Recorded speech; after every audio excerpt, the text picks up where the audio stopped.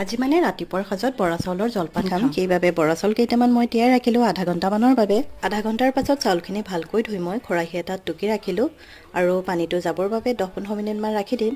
তাৰ পাছত গেছত কেৰাহী এখন উঠাই দিলোঁ আৰু কেৰাহীখন গৰম হোৱা তাত অলপ ৰিফাইন দিলোঁ আৰু ৰিফাইনখিনি গৰম হোৱা তাত লং ইলাচি আৰু লগতে পিঁয়াজ তেজপাত এখিলা দি এইখিনি ভাজি ল'লোঁ। এইখিনি অলপ ৰঙচুৱা হোৱাত ইয়াতে মই অলপ নিমখ দিলোঁ আন্দাজমতে আৰু লগতে কিচমিচ আৰু কাজু বাদাম কেইটামানো দি অলপ সময় ভাজি ল'লোঁ। এইখিনি ভাজি হোৱাত টুকি ৰখা বৰা চাউলখিনি মই ইয়াতে দি দিলোঁ। দি পেলাই এইখিনি ভালকৈ লৰাই দিছোঁ।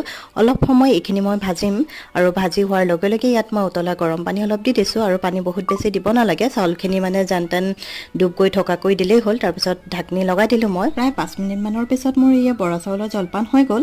এইবিধ জলপান আপোনালোকে দৈ গাখীৰৰ লগতো খাব পাৰে। আমি কিন্তু আজি কাবুলী বুটৰ ঘুগুনিৰ লগত খাম। ইয়ে সুন্দৰকৈ পৰিৱেশন কৰিলোঁ আৰু লগতে আমি খোৱাত লাগি গ'লোঁ।